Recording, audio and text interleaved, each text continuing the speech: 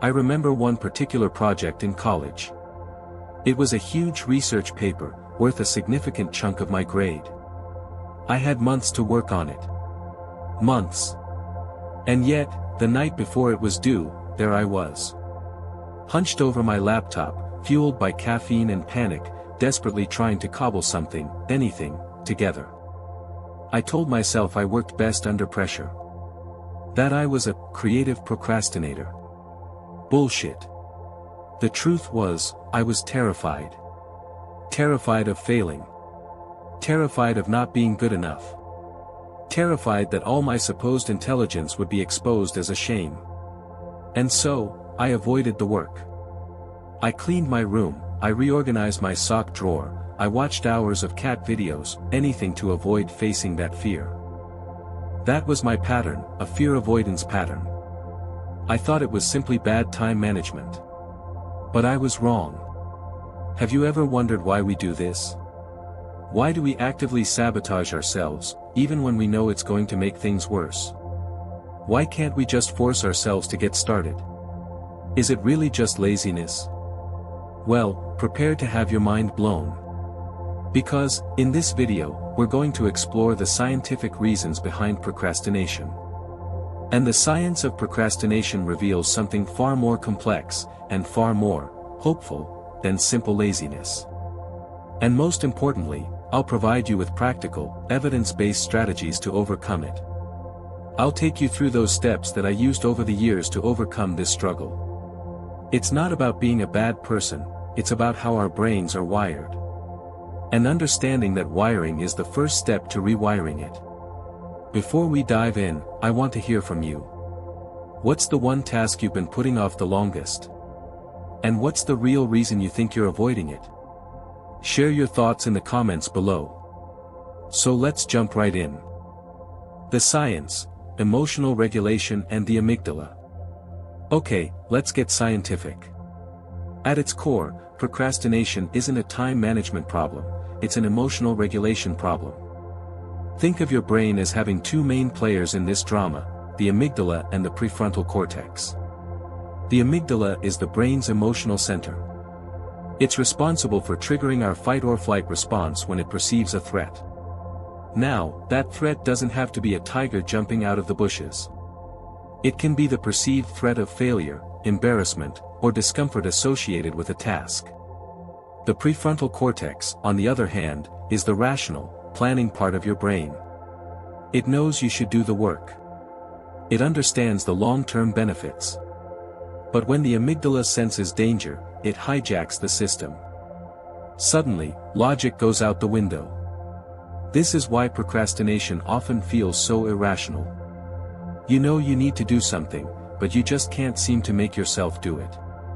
Your brain is prioritizing short-term emotional comfort over long-term goals.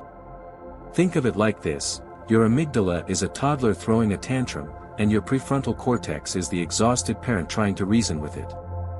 Hold on, I need a favor. To help this video reach more people who are searching for information on motivation, please do subscribe the channel and turn on the notification.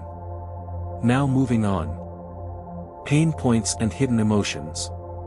So, what are these threats that trigger the amygdala and lead to procrastination? They're often more subtle than you think. Here are some common culprits. Fear of failure, the most obvious one. What if I'm not good enough? What if I mess up? Fear of success, yes, you read that right. Sometimes, we procrastinate because we're afraid of what success might bring, increased expectations, more responsibility, the fear of losing momentum. Perfectionism, the need to do everything perfectly can be paralyzing. If you can't do it flawlessly, you might not even start.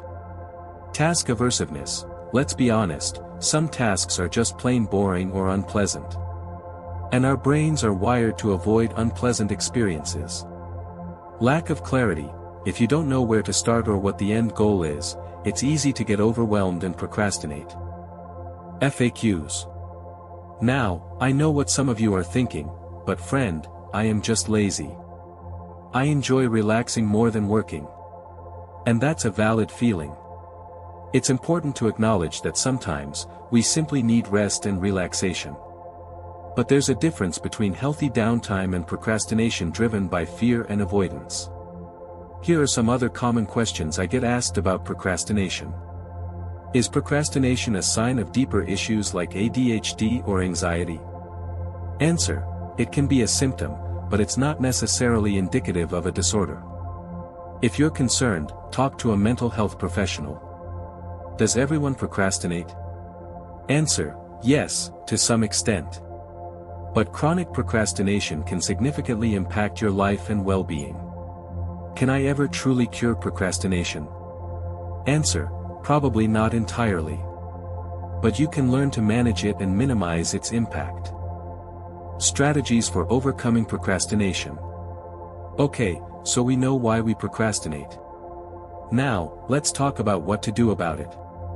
Here are some evidence-based strategies that have helped me, and countless others, break free from the procrastination cycle. 1. Self-compassion. Avoid the trap of self-criticism. Treat yourself with kindness and understanding when you procrastinate. Recognize the emotional drivers and stop focusing on punishing yourself. 2. Break down large tasks. Take smaller steps to get a better grasp on the task at hand. Get a clearer understanding to the smaller, easier ones. Reduce feelings of stress by completing the easier steps first. 3. Set realistic goals. Be specific and manageable. It's better to make small progress, rather than no profit. 4. Time blocking. Schedule specific blocks of time for specific tasks. Treat these blocks as non-negotiable appointments.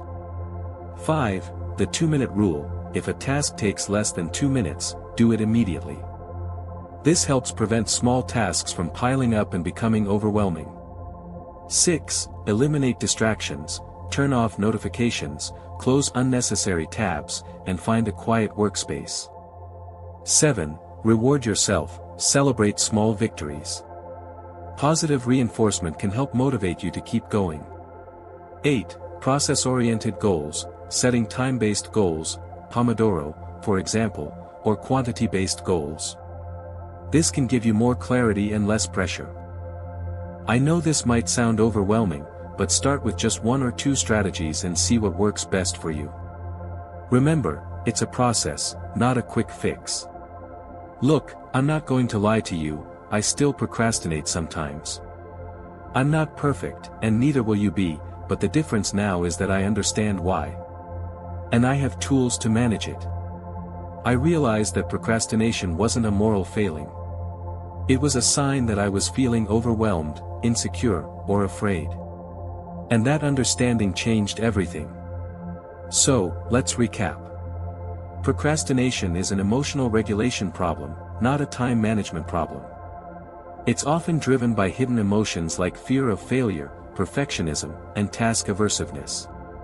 But by understanding these drivers and using evidence-based strategies, you can break free from the cycle and start living a more fulfilling life. Now, I want to challenge you. Pick one strategy from this video and commit to using it for the next week. See what happens. If you found this video helpful, please give it a thumbs up and subscribe to my channel for more content on self-improvement and productivity. And remember, you're not alone in this struggle. We're all in this together.